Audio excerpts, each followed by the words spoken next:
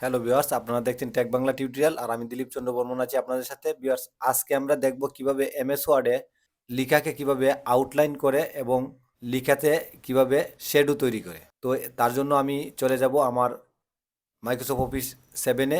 সেভেনে চলে আসার পর আমি এই জায়গায় কিছু লিখে নিব। তো লেখার জন্য আমি বাংলা ফ্রন্ট সিলেক্ট করে নিলাম। সিলেক্ট করার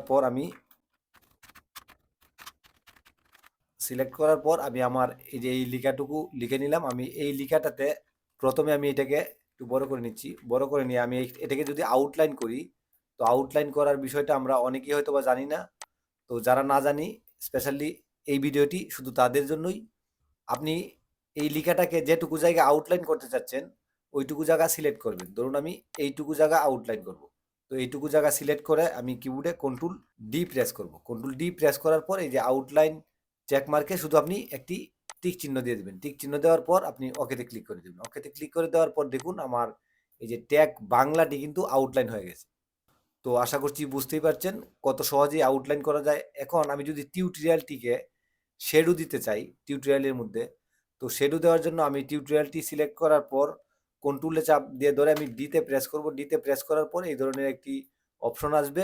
আসার পর আপনি শেডো অপশনে চেকমার্ক বসিয়ে দিয়ে ওকেতে ক্লিক করলে কিন্তু এই যে শেডো হয়ে যাবে। তো আপনারা বুঝতেই পারছেন যে তিনটি লেখা কিন্তু এইটা নর্মাল, এইটা আউটলাইন করা এবং এইটা শেডো দেওয়া।